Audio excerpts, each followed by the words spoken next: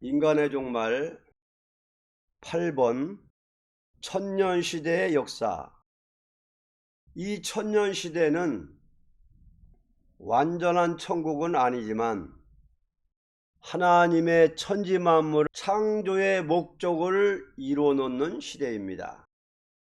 이날까지 역사는 강교한 뱀을 내어서 사람을 깨워보게 하여 뱀의 미혹을 말씀으로 이기는 자를 왕권을 주어서 왕국 조직을 이루기 위한 목적이었습니다. 그러나 승리자의 수가 찰 때에 주께서 공중에 나타나 휴거를 시키고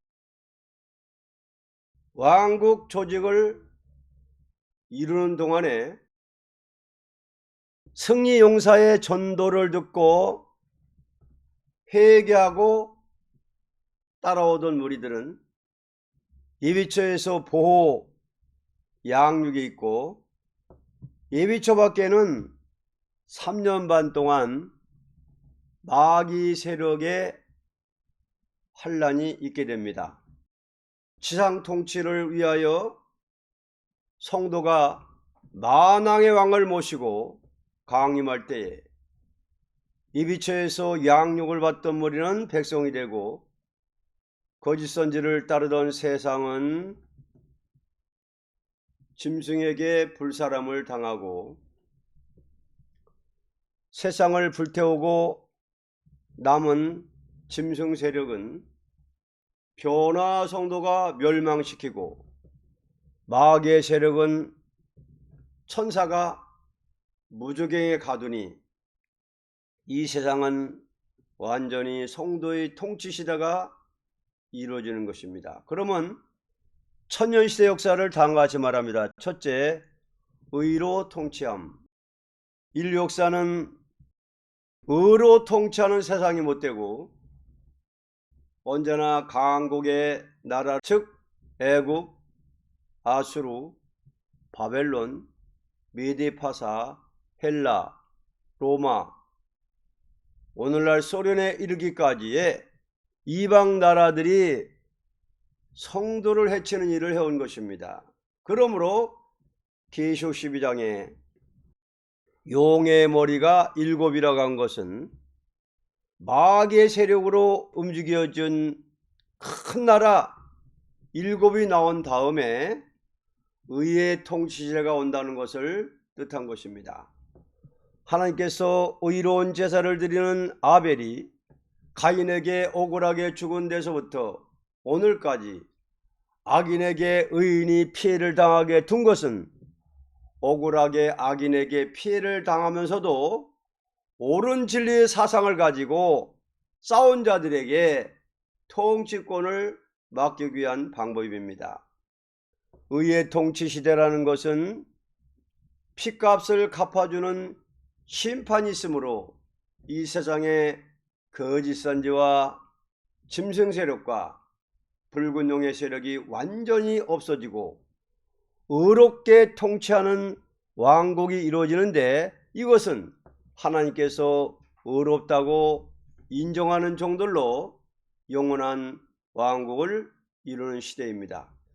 이날까지 소위 강대국의 정치라는 것은 야수적인 정치입니다. 짐승이 강자가 약자를 잡아먹듯이 강대국이 많은 나라를 침략했다는 것은 의의 통치가 아니고 죄의 정치입니다. 그러면 의의 통치에 대하여 성서를 통해서 알아보겠습니다. 첫째, 마귀 미혹을 없애합니다. 하나님께서 강교한 뱀을 내어서 깨워보는 것은 하나님의 말씀만 믿고 싸우는 자로 승리하게 하고 승리한 자들로 영원한 왕국을 이루는 것이니 천년 왕국이 이루어지는 동시에 마귀 세력은 거두어서 미혹을 하지 못하게 하는 것입니다. 2. 백성이 다 의롭게 됩니다. 의의 정치라는 것은 사람을 의롭게 만드는 역사가 없이는 있을 수가 없습니다. 아무리 이스라엘 왕국이 설 때에 의로운 통치를 시작했지만 다윗 왕국의 부패라는 것은 말할 수 없는 비참을 이루고 만 것입니다. 이렇게 된 것은 다윗 왕국은 의의 통치 왕국이 이룰 때까지 참된 종들의 역사할 일을 예언으로 말하는 선지국가에 불과한 것입니다.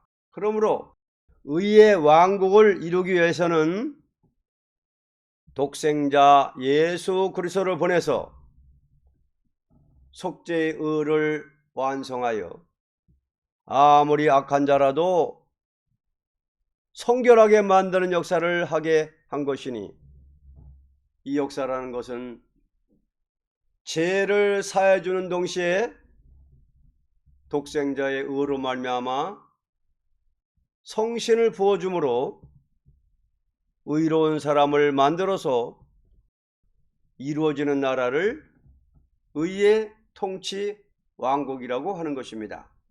하나님께서 죄인을 의롭게 하는 역사가 없이 세상을 통치한다면 이것은 의의 통치 왕국을 이룰 수가 없을 것이지만, 믿는 자를 의롭게 만들어서 왕국을 이루기 때문에 의의 통치 왕국이 되는 것입니다. 3. 악한 짐승을 없이 합니다. 짐승까지도 다 선해지는 것입니다. 지금은 악한 짐승들이 사람을 해치지만 의의 통치 시대에는 짐승들까지도 의로운 사람들을 돕기 위하여 있을 뿐입니다. 4. 전쟁이 다시 없습니다. 이날까지 의의 통치가 없고 다 같이 죄를 짓는 인간들이므로 남의 영토를 빼앗는 것을 목적으로 하고 싸운 것이 소위 강대국의 역사라는 것입니다. 그러나 의의 통치 시대가 올 때에 무기를 만든다든지 전쟁을 연습하는 일까지도 다시 없게 되는 것입니다. 이렇게 되는 이유는 세계 왕권의 통치인이 누구든지 그 왕권을 침략할 자가 전혀 없기 때문입니다. 오직 의로운 왕을 전 국민이 진심으로 받드는 것뿐입니다.